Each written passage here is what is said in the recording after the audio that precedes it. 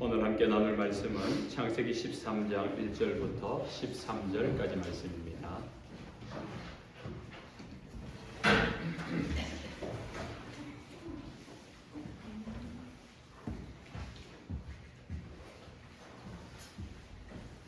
함께 합독하겠습니다. 아브라함이 애굽에서 그와 그의 아내와 모든 소유와 롯과 함께 네겝으로 올라가니 아브라함에게 가축과 은과 금이 풍부하였더라. 그가 네겝에서부터 길을 떠나 베델에 이르며 베델과 아이 사이 곧 전에 장막 쳤던 곳에 이르니 그가 처음으로 제단을 쌓은 곳이라. 그가 거기서 여호와의 이름을 불렀더라. 아브라함의 일행 롯도 양과 소와 장막이 있으므로 그 땅이 그들이 동거하기에 넉넉하지 못하였으니 이는 그들의 소유가 많아서 동거할 수 없었음이니라. 그러므로 아브라함의 가축의 목자와 롯의 가축의 목자가 서로 다투고 또 가나안 사람과 브리스 사람도 그 땅에 거주하였는지라.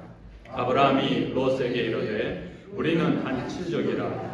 나나 너나 내 목자나 내 목자나 서로 다투게 하지 말자. 내 앞에 온 땅이 있지 아니하냐. 나를 떠나가라. 내가 좌하면 나는 우하고 내가 우하면 나는 좌하리라. 이에 롯이 눈을 들어 요단 지역을 바라본즉 소알까지 온 땅에 물이 넉넉하니 여호와께서 소돔과 고모라를 멸하시기 전이었으므로 여호와의 동산 같고 애굽 땅과 같았더라. 그러므로 롯이 요단 온 지역을 택하고 동으로 옮기니 그들이 서로 떠난지라. 아브라함은 가나안 땅에 거주하였고 롯은 그 지역의 도시들에 머무르며 그 장막을 옮겨 소돔까지 이르렀더라. 소돔 사람은 여호와 앞에 약하며 큰 죄인이었다. 아멘. 우리 합대적으로 한번 인사하겠습니다. 잘 오셨습니다. 네. 당신은 복입니다. 네. 복인 당신을 보니까 내가 행복해집니다. 예, 어색하지요? 어색한데 익숙해지셔야 됩니다. 내가 복이란 말을 듣고 나 때문에 누군가 행복하단 말을 들으니까 어색하지만 기분은 좋잖아요. 우리의 삶이, 우리 그리스도인의 삶이 그렇게 돼야 될 줄로 믿습니다. 원래 우리 교회 모토가 너는 복이 될 줄 아닙니까? 그래서 여러분 이렇게 교회에서 인사하는 걸 가지고 학교에서 또 이웃에게 직장 동료에게 만나면 당신 때문에 오늘 내가 기분이 되게 좋습니다. 당신 때문에 내가 행복합니다. 인사 많이 하시기 바랍니다. 네, 여러분 성도님들 주일에 이렇게 울고 보니까 여러분 때문에 제가 더 행복합니다. 여러분 덕분에 제가 행복한 목회를 하고 있습니다. 네, 오늘도 아침에 아프신 분들이 좀 몇 분 계셔서 못 오신다는 연락받고 안타까웠는데 이렇게 볼 수 있다는 것이 얼마나 감사한 일입니까? 감사합니다. 여러분 덕분에 제가 행복합니다. 네, 행복한 목회하게 해주셔서 고맙습니다. 네, 진심입니다. 네. 네, 어느 한 TV 프로그램에서 한국인 요즘 요리 프로그램이 굉장히 많아요. 그러다 보니까 굉장히 유명한 요리사들을 게스트로 해가지고 하는 프로그램들이 많아졌는데 그 요리 프로그램에 한 유명한 요리사가 나와서 인터뷰를 하는 장면이 있었는데 그 사회자가 질문하기를 당신은 언제 부끄러웠던 적이 있습니까? 라고 했을 때 이분이 딱 하는 이야기가 제가 그 요리사 초보 시절 첫 시작을 할 때 요리를 하는데 막내였는데 음식을 주문받아서 막 접시에 디피를 한다 하죠. 이렇게 하고 있는데 재료를 하나 떨어뜨렸대요. 근데 다른 재료가 있으면 그거를 올리면 되는데 마침 그 재료가 없었기 때문에 얼른 그걸 주워가지고 뭐 조금 고민했지만은 아무 보는 사람이 없었기 때문에 그것을 접시에 올려놓았다는 거예요. 근데 그거를 최고 참 주방장이 봤다는 거죠. 그래서 주방장이 오더니 그 음식을 들고 너가 먹어봐 이렇게 말했다는 거죠. 그 순간이 막 너무너무 당황스럽고 부끄러웠대요. 그래서 이 사람의 인생 가운데 잊을 수 없는 그 부끄러움이 되어서 앞으로 내가 음식을 하는 자세를 어떻게 가져야 되는지 하나의 교훈으로 삼았다. 그래서 지금 세계에서 정말 이름을 올릴 만한 유명한 요리사가 되었다라는 그런 내용이었습니다. 누군가가 말했습니다. 사람은 부끄러울 때 성장한대요. 참 생각해 보면은 그 말이 저는 맞다. 저는 전적으로 동의합니다. 제가 목회자로 살아가는데 가끔씩 부끄러웠던 적이 있습니다. 저의 실수로. 그것이 저에게 큰 교훈이 되어서 정말로 그 기준을 벗어나지 않으려고 지금까지 노력하는데 그것이 저를 성장하게 하지 않았나, 저를 다듬지 않았나, 저는 그렇게 동의를 합니다. 우리가 지난주까지 말씀을 보았는데 아브라함이 애굽에 내려가서 큰 부끄러움을 당했지요. 그 부끄러움을 받고 이제 안고 다시 가나안 땅으로 돌아오는 장면이 오늘 내용입니다. 아브라함은 애굽에 갔다가 돌아오면서 두 가지를 얻어왔습니다. 하나는 오늘 본문 2절을 보니까 가축과 은과 금이 풍부하였더라고요. 그거는 누가 주었습니까? 애굽 왕 바로가 줬어요. 왜 주었습니까?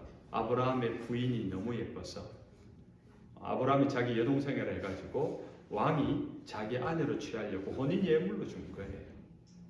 그래서 왕이 주는 혼인 예물이니까 얼마나 많았겠습니까? 가축과 은과 금을 풍성하게 나중에 종들도 준 것이 나중에 드러나는데 그렇게 큰 재물을 얻어서 올라왔고 또 한 가지 얻은 것이 있습니다. 부끄러움입니다. 아브라함이 애굽에 갔다가 얻어온 두 번째는 부끄러움입니다. 하나님을 믿는 것보다 자신의 얄팍한 술수로 그 어떤 위기들을 좀 벗어나 보려고 했던 그러다가 당했는 그 모욕, 그 당황스러움에 인한 부끄러움입니다. 아브라함은 하나님에게도 너무 고개를 들 수 없었고 자기 부인 아내 사레에게도 고개를 들 수 없을 정도의 부끄러움을 경험했을 것입니다. 그렇게 부끄러움을 가지고 다시 가나안으로 돌아오는데 오늘 우리가 주목해야 될 것이 그렇게 돌아온 아브라함이 처음 찾아간 것이 어디냐라는 거죠. 오늘 성경을 보면은 베델이라고 일부러 밝히고 있습니다.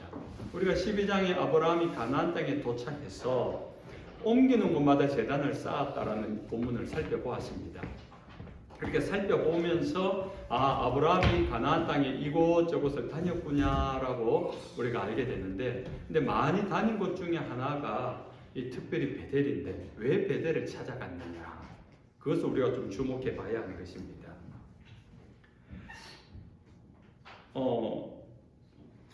그가 네게브에서 3절과 4절이죠. 그가 네게브에서 길을 떠나 베델에 이르니 그가 처음으로 제단을 쌓은 곳이라. 특별히 베델은 아브라함이 가나안 땅에 들어와서 하나님을 생각하고 하나님께 처음 예배했던 자리다라고 이야기하고 있는 겁니다. 무엇을 말하고 있는 겁니까? 아브라함이 1600km나 되어지는 고향과 친척과 아버지 집을 떠나서 결단해서 따라왔을 때는 하나님의 말씀 하나 보고 왔습니다. 다른 건 아무 조건이 없었어요. 무슨 재물이 있는 것도 아니고 무슨 명예나 인기가 있는 것도 아니고 오직 하나님의 말씀하신 그 하나 붙들고 따라왔던 가장 순수했던 그 마음, 하나님의 말씀을 의지해서 찾아와서 도착했던 그 가나안 땅에서 그 하나님께 다시 예배하며 그 약속을 되새겼던 아브라함, 그 아브라함의 초심, 처음 아브라함이 가졌던 그 믿음의 초심을 아브라함은 다시 가지려고 하는, 마치 셰프가, 막내 셰프가 음식을 떨어뜨렸는데 누구도 보지 않으니까 그것을 몰래 올려놓으면 되겠지 했다가 들켜버린 그 부끄러움을 가지고 내가 다시 요리사의 초심으로 돌아가야지 했던 마음과 같은 마음 아니었을까 싶어요. 그래서 아브라함이 실패 이후에, 부끄러움 이후에 하나님 앞에 다시 내가 올바른 믿음으로 살아가야지 하면서 찾았던 곳이 상징적인 곳, 처음 하나님을 생각하며 예배하였던 베델로 올라왔던 것입니다. 하나님의 말씀을 뒤로 한 채 기근이라는 위기가 왔을 때 하나님의 말씀보다 자기의 생각을 따라갔고 또 애굽에 가까이 갔을 때 애굽 사람이 두려워서 자기 부인을 뺏기고 자기는 죽임을 당할까봐 일어나지도 않는 그 두려움 때문에 자신의 얄팍한 생각으로 거짓말을 하고 술수를 사용했던 그런 아브라함 모습입니다. 그런 아브라함의 부끄러웠던 모습, 하나님의 말씀도 놓쳐버렸고 하나님을 향한 믿음도 잃어버렸던, 그래서 방황하고 있는, 불안하고 두려울 수밖에 없었던 아브라함이 다시 하나님 앞에 믿음으로 돌아가고자 자신이 부끄러웠던 행위들을 회개하려고 하는 자리가 바로 이 베델의 자리였던 겁니다. 예배의 자리죠. 처음 초심으로 주님 앞에 돌아와서 다시 그 말씀을 붙들려고, 다시 하나님의 은혜를 사모하면서 주님 다시 내게 말씀을 들려주십시오. 내가 고향을 떠나 여기까지 따라올 수 있었던, 내가 따라갈 그 말씀을 다시 들려주십시오. 내게 약속하신 하나님의 그 약속의 말씀을 다시 들려주시고, 그 말씀이 내게 감동이 되어서 내가 이 세상을 살아가는 방식이 하나님만을 믿고 따라갈 수 있는 그 은혜가 회복되게 해주십시오. 그 마음을 가지고 간 것이 베델인 겁니다. 그래서 그 베델의 자리는 예배의 자리면서 동시에 회개의 자리였던 겁니다. 여러분, 회개는 다시 하나님 앞에 서는 겁니다. 회개는 다시 하나님의 은혜가 시작되는 겁니다. 회개는 다시 하나님 앞에 믿음의 첫 발걸음을 내딛는 것입니다. 중단되었고 또는 격굴로 가버렸고, 때로는 후회가 있고 아쉬움이 있고 아픔이 있어도 다시 그것을 하나님 앞에 믿음의 걸음으로 옮겨놓는 것, 다시 시작하는 것이 회개에서 시작되는 겁니다. 회개할 때 하나님의 은혜가 임하고, 회개할 때 다시 하나님의 은혜 속에 들어갈 수 있는 것입니다.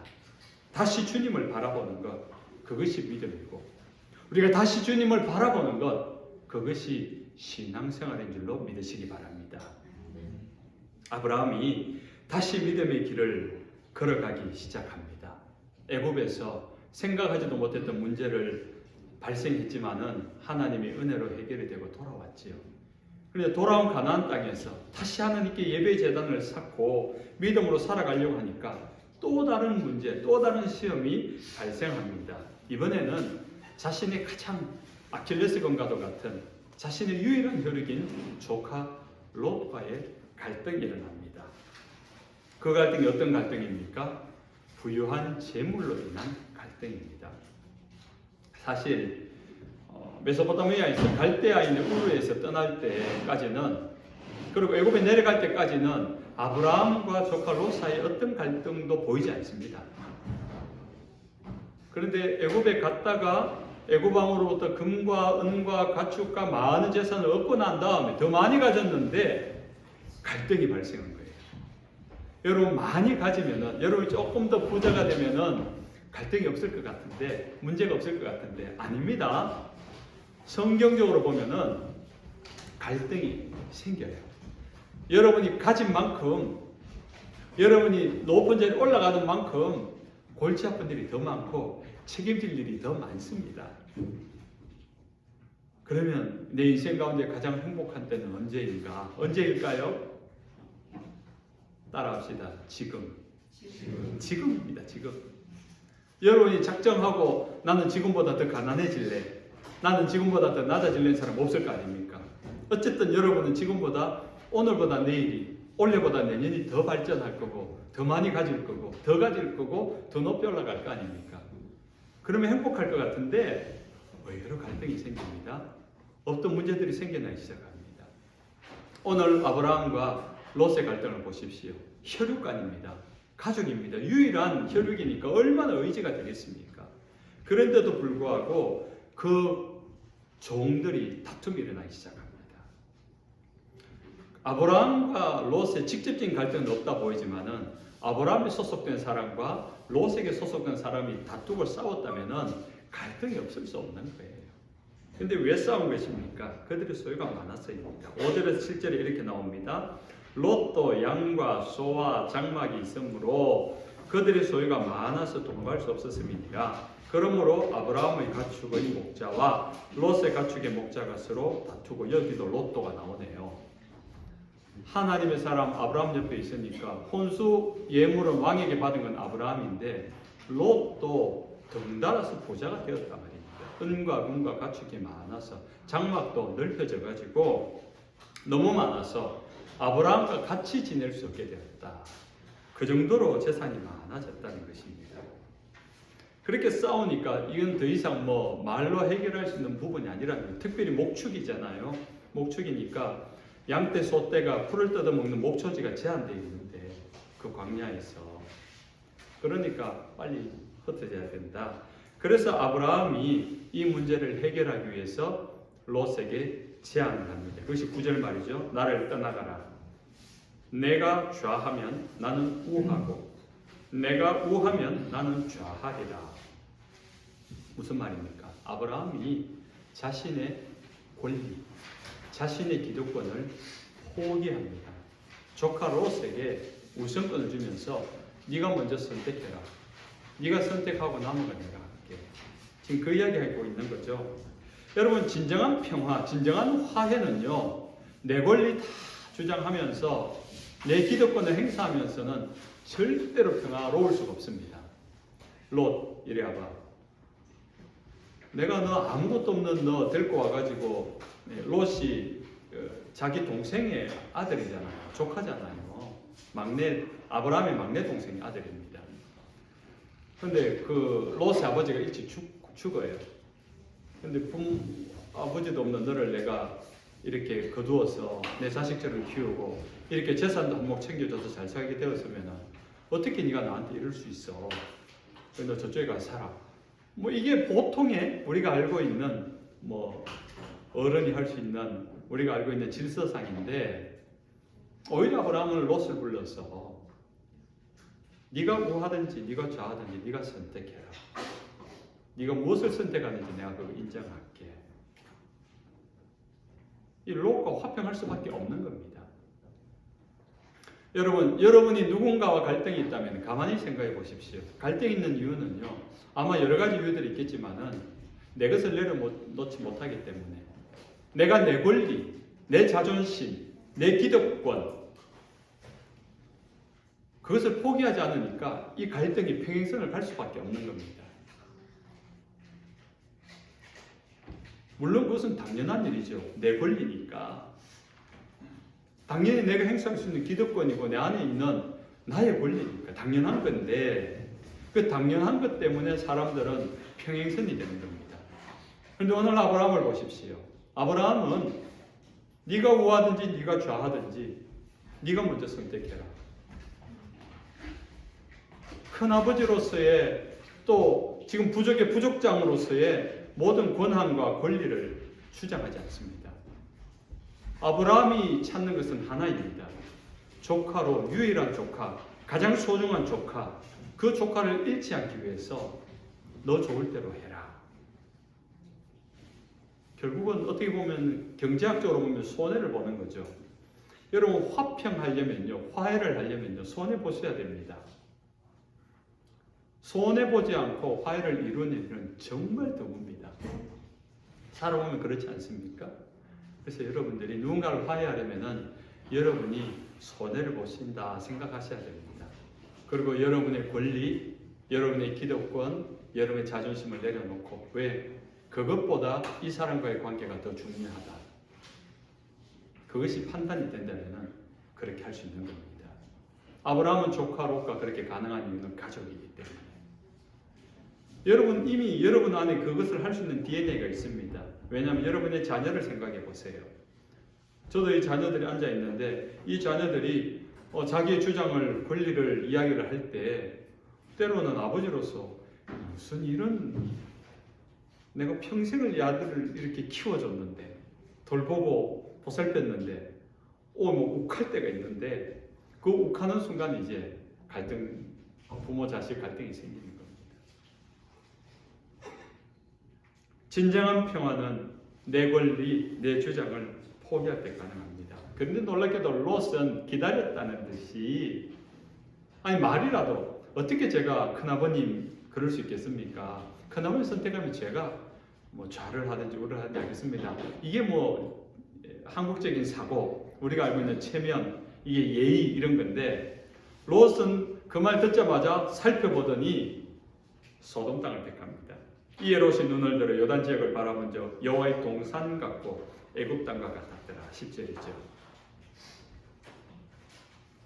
롯이 선택한 땅은 요단 그 지역이 조금 더 나아가면 나중에 소돔 땅에 들어간 장면을 볼 수 있습니다. 왜 그 땅을 선택했을까요? 그 땅을 모르고 선택하진 않았을 겁니다. 자료가 나오지요. 그 땅을 보니까 여호와의 동산 같고, 여호와의 동산 같다는 것은 여호와의 동산, 에덴 동산 말하잖아요. 여호와의 동산을 본 적이 있을까요? 없습니다. 쉽게 말해서 여호와의 동산 같고는 본 적은 없지만은 알고 있는 가장 이상적인 파라다이스입니다. 이상적인 공간. 철학을 하는 사람들의 이데아 같은 그런 곳이죠. 그러니까 뭐 좋은 곳 그러면 여러분도 좋은 곳 그러면 어떤 곳이 있지 않습니까? 아, 좋은 곳. 아, 뭐 같다. 천국 같다. 이렇게 말하듯이 그런 말입니다. 그만큼 좋아 보이는, 천국같이 좋아 보이는 곳이 롯에게는 어디였습니까? 애굽 땅이었습니다. 애굽은 얼마 전에 봤거든요. 가보니까 갈대아의 우르에서 떠나와서 수많은 지역을 여행을 하고 가나안 땅에 돌아와 봤지만은 애굽에 가보니까 번성하고 풍요롭고 화려하고 너무나 놀라운 그 장면에 정말 눈알이 튀어나올 정도로 너무 놀래버린 거예요. 너무 좋아 보였던 겁니다. 그러니까 애굽과 여호와의 동산은 동격으로 지금 말하고 있는 겁니다. 그만큼 애굽이 롯의 심상에는 천국 같은 곳, 이상 같은 곳, 좋아 보이는 곳으로 자리 잡았던 것입니다. 그런데 다시 애굽에 갈 수는 없기 때문에 그 땅에 가서는 어떻게 차지할 수 있는 그게 없지 않습니까? 그래서 가장 비슷한 것을 찾아내었는데 그것이 요단 동편 땅에 보니까 소돔 땅, 고모라 땅이 애굽처럼 나일강변처럼 물도 넉넉하고 또 사람들도 적당히 세속적이에요. 세속적이면서 세속적이라는 것은 정말 유도리 있게 이렇게 막 타협하면서 사람 중심으로 사람 살아가기. 그게 무슨 말입니까? 사람의 본성. 모든 사람이 죄를 범하였으며 하나님의 영광이 이르지 못하는 그 본성, 죄의 본성을 따라서 발전한 문화는요, 사람에게 적합화되어 있습니다. 그러니까 사람들의 본성에 맞는 성품에 그냥 쏙 들 정도로 여러 문화가 발달을 했다는 거죠. 그게 세속의 문화입니다. 그래서 사람들로 하여금 관심 갖게 만듭니다. 편리하게 되어 있습니다. 편안하게 되어 있습니다. 안락하고 쾌락적이고 즐겁습니다. 그렇게 도시가 이미 번성을 했던 겁니다. 그 소돔과 고모라가 보니까 여호와 앞에 악하였더라. 여호와 앞에 악했다는 것은 하나님의 순결과 거룩과 율법 위에 떠난 사람의 그 바벨탑을 샀던 그 사람의 탐욕과 탐심과 음란과 모든 유행하는 것들이 번성했다는 거죠. 그럼 사람 살기에 편하고 편리했던 그 본성의 자극적인 것을 채워줄 수 있었던 곳이죠. 얼마나 악했든지 나중에 이 소돔성이 하나님 앞에 심판을 받습니다.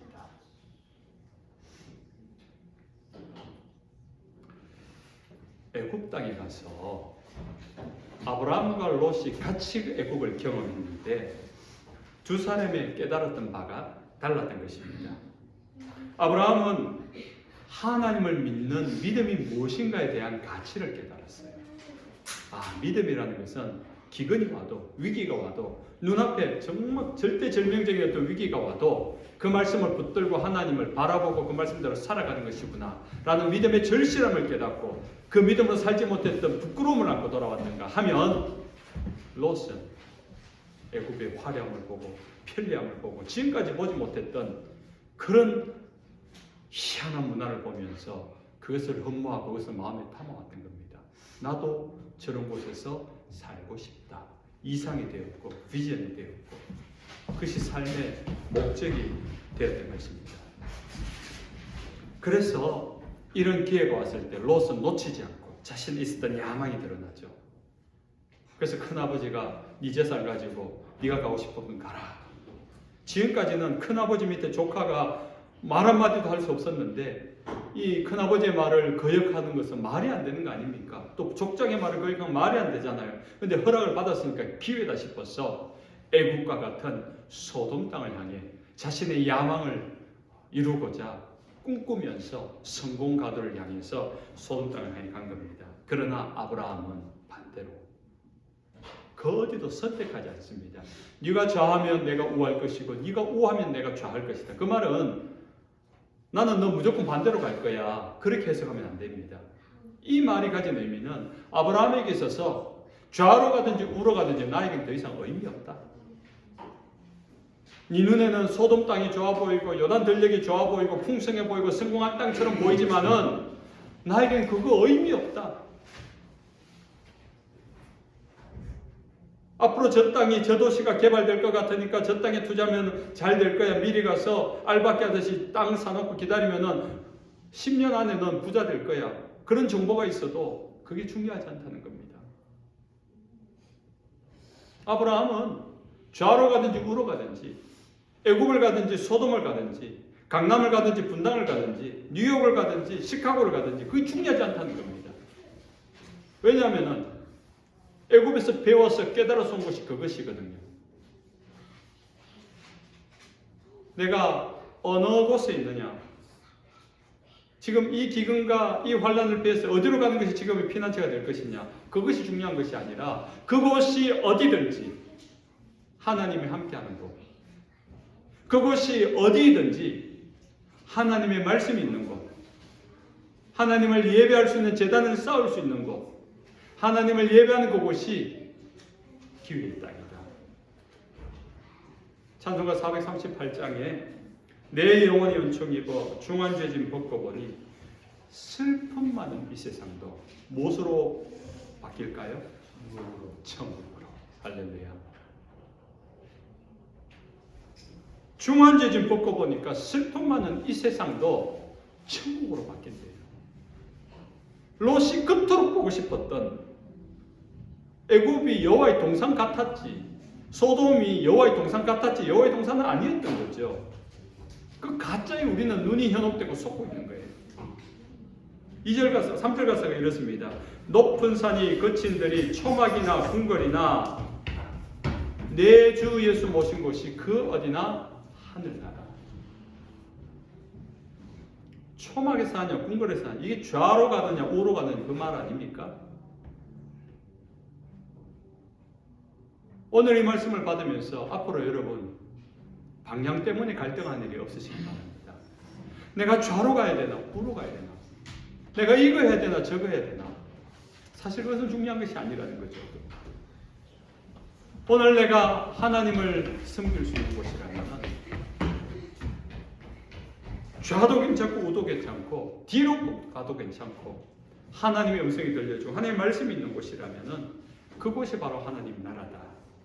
그것이 바로 내가 머물 곳이다라는 것입니다. 롯은 아브라함에게 있어서 남겨준 유일한 혈육입니다. 자신의 하인들도 많았고 딸린 사람들 많았지만 유일한 혈육입니다.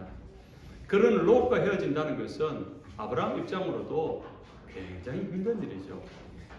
이미 여러분들은 미국으로 이민을 오셔가지고 사는데 여기서 같이 살던 가족 한 사람, 이렇게 우리 윤집사님 가정이 이제 딸이 장성을 해가지고 직장 때문에 이제 몇 시간 거에 떨어졌잖아요.